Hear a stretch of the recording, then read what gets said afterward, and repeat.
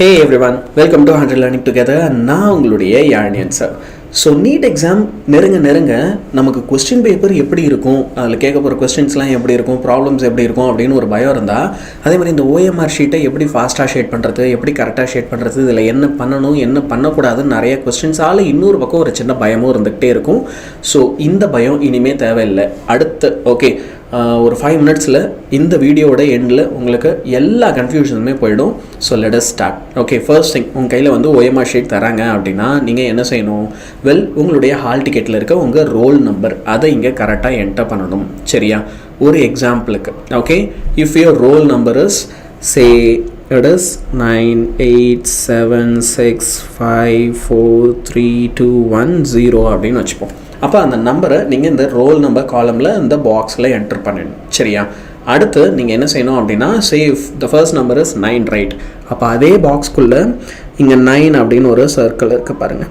இதுக்குள்ளே நீங்கள் என்ன செய்யணும் அப்படின்னா அழகாக ஷேட் பண்ணிடணும். Okay, you have to shade it correctly. 9க்கு நேராக ஷேட் பண்ணிடுங்க. அடுத்த நம்பர் என்னது?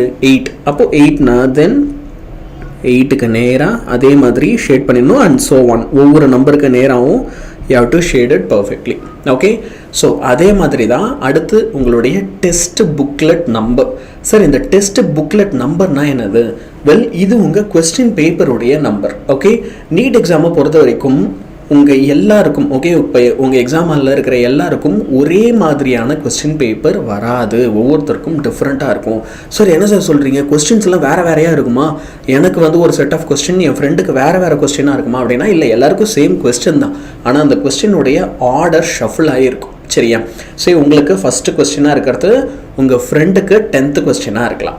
உங்கள் ஃப்ரெண்டுக்கு 11th கொஸ்டினாக இருக்கிறது உங்களுக்கு செகண்ட் கொஸ்டினாக இருக்கலாம். அப்போ அந்த கொஸ்டின்ஸுடைய ஆர்டர் வந்து ஷஃபிளாக இருக்கும்.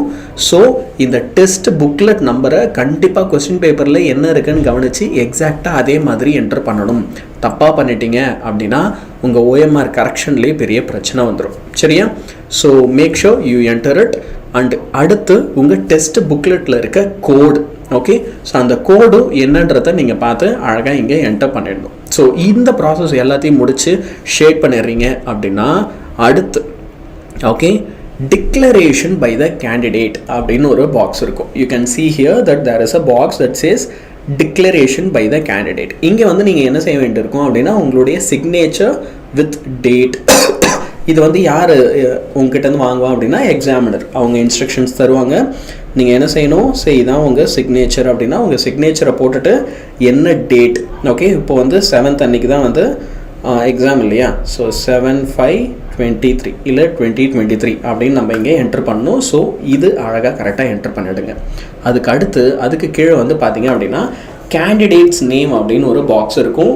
இன் ரன்னிங் ஹேண்ட் ரைட்டிங் அப்படின்னு கொடுத்துருப்பாங்க. அது ரொம்ப முக்கியம். எல்லாத்தையும் கேப்ஸில் எழுதுறாதீங்க. நம்ம என்ன செய்யணும்? Running hand ரைட்டிங்கில். சப்போஸ் இப்போ என்னோடய பேரை நான் எழுதுறேன் அப்படின்னா SY, மீதி லெட்டர்ஸ் எல்லாமே okay, initial and first letter இது 2 மட்டும் கேப்ஸில் இருக்கணும். மீதி லெட்டர்ஸ் எல்லாமே எப்படி இருக்கணும்னா ரன்னிங் லெட்டர்ஸில் இருக்கணும். ஸோ இந்த மாதிரி ரன்னிங் லெட்டர்ஸில் இருக்கிற மாதிரி you make sure you write it down. Okay, அடுத்து வேறு என்னென்ன ஃபில் பண்ண வேண்டியிருக்கும் அப்படின்னா அதே மாதிரியே mother's name and father's name கேட்பாங்க.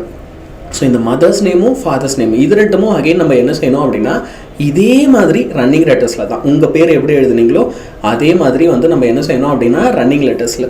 ஸோ மதர்ஸ் நேம் இந்த பாக்ஸில், அடுத்து அதே மாதிரி ஃபாதர்ஸ் நேமை இந்த பாக்ஸில். ஓகே, ஸோ இந்த 2 பாக்ஸஸ்லேயும் நீங்கள் வந்து அழகாக ஃபில் பண்ணிவிடுங்க. Once you have completed this okay, உங்களுடைய லெஃப்ட் ஹேண்ட் தம்ப் இம்ப்ரெஷன் இதை எக்ஸாமினர் வந்து எப்படி வைக்கணும்னு சொல்லி இன்ஸ்ட்ரக்ஷன்ஸ்லாம் சொல்லி அவங்க வச்சுப்பாங்க. ஸோ இதை பற்றி நீங்கள் ஒரி பண்ண தேவையில்லை. Right? And signature of the invigilator of course இது நம்ம டிபார்ட்மெண்ட்டில் அவங்க பார்த்துப்பாங்க. சரியா? ஸோ ஃபர்ஸ்ட் இதெல்லாம் வந்து நம்ம அழகாக ஃபில் பண்ணி முடிச்சிடணும். ரைட்? ஒன்ஸ் இதை முடிச்சிட்டிங்கன்னா அப்புறம் தான் கொஸ்டின்ஸ் ஆன்சர் பண்ணுறது எப்படின்ற பார்ட்டுக்கு நம்ம வரப்போகிறோம். ஸோ இந்த கொஸ்டின்ஸை ஷேட் பண்ணுறதை பொறுத்த வரைக்கும் ஓகே, இப்போ நீங்கள் கொஸ்டின் பேப்பரில் வந்து ஃபர்ஸ்ட் கொஸ்டின் பார்க்குறீங்க. You feel that for first question வந்து ஆப்ஷன் 3 தான் கரெக்டாக இருக்குது அப்படின்னு நீங்கள் ஃபீல் பண்ணுறீங்கன்னு வச்சுப்போம். அப்போ சார் நான் வந்து எப்படி ஷேட் பண்ணணும்? ஓகே, ஸோ ஃபஸ்ட்டு எப்படியெல்லாம் ஜென்ரலாக நீங்கள் ஷேட் பண்ணுவீங்க அப்படின்றத நான் சொல்லிடுறேன். ஓகே, ஒரு சில பேர் வந்து நம்ம இந்த ஸ்கூலில் வந்து லைக் கலர்ஸ்லாம் அடிப்போம் இல்லையா? ஸோ அந்த கலர் அடிக்கிற மாதிரி என்ன பண்ணுவாங்கன்னா, they will start at a random place and random பிளேஸில் ஸ்டார்ட் பண்ணி அப்படியே ஃபுல்லாக வந்து ஷேட் பண்ணிகிட்டே வருவாங்க. So this is one technique. Okay, இன்னும் ஒரு சில பேர் வந்து என்ன பண்ணுவாங்கன்னா, நம்ம இந்த தோசைலாம் ஊற்றுவோம்ல, ஸோ அந்த மாதிரி ஓகே, ஒரு சின்ன ரவுண்டாகவும் இல்லாமல் பெரிய ரவுண்டாகவும் இல்லாமல் ஒரு ரவுண்டாக போட்டு அப்படியே அந்த ரவுண்டை என்ன பண்ணுவாங்க அப்படின்னா பெருசாகிட்டே வருவாங்க until the border. ஸோ இந்த மாதிரி ஷேட் பண்ணுற ஒரு டெக்னிக்கும் வந்து நிறைய ஸ்டூடெண்ட்ஸ் வந்து ஃபாலோ பண்ணுறாங்க.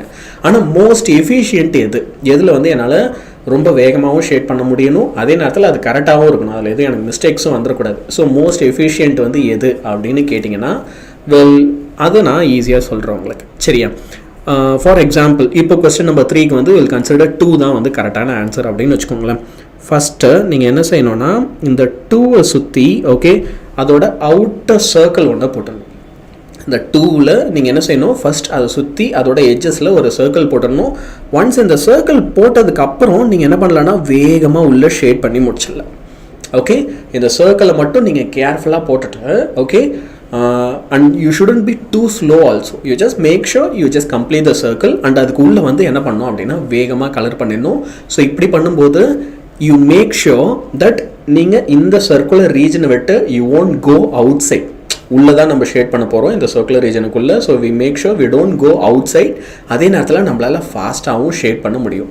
ஸோ மோஸ்ட் எஃபிஷியன்ட் வே என்னது, நீங்கள் வந்து ஃபஸ்ட் என்ன செய்யணும், இந்த சர்க்கிளை சுற்றி இதோட சைடில் ஒரு சர்க்கிள் ஒன்று போட்டுருங்க. ஒன்ஸ் அதை போட்டு முடித்த உடனே வேகமாக you can shade it on the inside. இப்படி பண்ணுறது ரொம்ப எஃபிஷியண்ட்டாக இருக்குது. மற்ற டெக்னிக்ஸை விட கொஞ்சம் ஃபாஸ்ட்டாக இருக்க மாதிரியும் ஃபீல் பண்ணுறோம் அப்படின்னு நிறையா ஸ்டூடெண்ட்ஸுமே ஆக்சுவலாக எங்ககிட்ட ஷேர் பண்ணியிருக்காங்க. சரியா? அடுத்து சார் அதெல்லாம் ஓகே, இப்போ வந்து நான் வந்து ஃபர்ஸ்ட் கொஸ்டின் வந்து பார்க்கும்போது ஆன்சர் வந்து கண்டிப்பாக 3 தான் இருக்கும் அப்படின்னு நினச்சேன். ஆனால் அப்புறம் தான் எனக்கு புரியுது மேபி 3 இருக்காது, இட் ஷுட் பி 2 தான். இப்போ நான் என்ன செய்யறது? அப்போது நான் அழகாக போயிட்டு 2லேயும் நீங்கள் சொன்ன மாதிரி ஷேட் பண்ணி வச்சிடவா? இப்படி ஷேட் பண்ணால் எனக்கு மார்க் தருவாங்களா? இல்லை, தே won't give you any marks. அப்போது கண்டிப்பாக இது தப்பு அப்படின்னு தான் அவங்க எடுத்துப்பாங்க. சரியா? அப்போது சார் நான் ஒன்று பண்ணட்டுமா, நான் வேணால் ஒரு ஒயிட்னர் வச்சு இது ஃபுல்லாத்தையும் அந்த 3 வந்து நான் ஷேட் பண்ணதை எரேஸ் பண்ணிடுறேன். ஓகே, அப்போ எனக்கு மார்க் கிடைக்குமா? இல்லை. ஓகே, நீங்கள் அந்த 3ன்ற ஆப்ஷனை ஒயிட்னர் வச்சு எரேஸ் பண்ணும்போது அகெயின் கம்ப்யூட்டர் ஓகே கரெக்ஷன் பண்ணும்போது அது தப்பு அப்படின்னு தான் கன்சிடர் பண்ணணும். ஓகே, ஸோ ஆக்சுவலி நீங்கள் தப்பாக ஷேட் பண்ணிட்டீங்க அப்படின்னா then you can do anything about it. That's a fact. அதனால் ஒவ்வொரு வாட்டியும் நீங்கள் ஷேட் பண்ணுறதுக்கு முன்னாடி அட்லீஸ்ட் ட்வைஸ் கரெக்டாக செக் பண்ணிக்கோங்க, கரெக்டான ஆப்ஷனை தான் ஷேட் பண்ணுறீங்களா இல்லையான்ட்டு. ஓகே, தப்பாக ஷேட் பண்ணிட்டீங்க அப்படின்னா அப்போ ஒரே ரோவில் நீங்கள் என்ன செய்யக்கூடாது, 2 கொஸ்டின்ஸை ஷேட் பண்ணக்கூடாது. You have to be very very clear about it. சரியா? அடுத்து இந்த ஷேட் பண்ணுறதுலே நம்ம வந்து டைம் கன்சியூமிங்காக இருக்கணும், ஃபாஸ்ட்டாக இருக்கணும்னா என்ன செய்யலாம்? சார் ஒவ்வொரு கொஸ்டினையும் முடிச்சுட்டு உடனே ஷேட் பண்ணவா?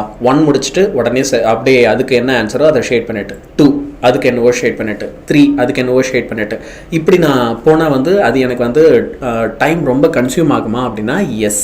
ஓகே, ஒவ்வொரு கொஸ்டினையும் முடிச்சுட்டு if you are going to shade immediately அப்படின்னா அப்போது டைம் கன்சம்ஷன் கொஞ்சம் அதிகமாக இருக்கும். ஸோ அதை குறைக்கிறதுக்கு நீங்கள் என்ன பண்ணலாம் அப்படின்னா ஒரு 10 கொஸ்டின்ஸாக யூ கேன் சால்வ். இல்லை பேஜ் வைஸாக போங்க, that will be even more better.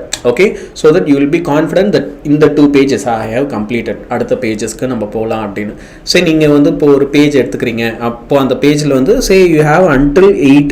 Okay, 8 question இருக்குது அந்த ஒரு பேஜில் அப்படின்னா அப்போ என்ன பண்ணுங்கள், ஃபஸ்ட்டு அந்த 8 கொஸ்டினுக்கான ஆன்சர் எல்லாமே என்னன்றதை கண்டுபிடிச்சிருங்க, ஃபைண்ட் அவுட் பண்ணிவிடுங்க. And once you find out நீங்கள் மொத்தமாக என்ன பண்ணிடலாம் அப்படின்னா இந்த 8 கொஸ்டின்ஸ்க்கும் ஷேட் பண்ணிடலாம். அண்ட் அடுத்த பேஜில் 7 கொஸ்டின்ஸ் இருக்குது அப்படின்னா அப்போ 7 கொஸ்டின்ஸ்க்கும் மொத்தமாக ஆன்சர் கண்டுபிடிச்சிட்டு அண்ட் தென் மொத்தமாக ஓகே 7 கொஸ்டின்ஸ்க்கும் ஒரே நேரத்தில் you just shade and finish it. So இப்படி பண்ணும்போது ஓகே பேஜ் வைஸாக நீங்கள் பண்ணும்போது உங்களுடைய எஃபிஷியன்சி வந்து இன்னும் பெட்டராக இருக்கும், உங்களால் இன்னும் ஃபாஸ்ட்டாகவும் பண்ண முடியும். சரியா? பேனிக் இல்லாமல் ஸ்மூத்தாக போகலாம்.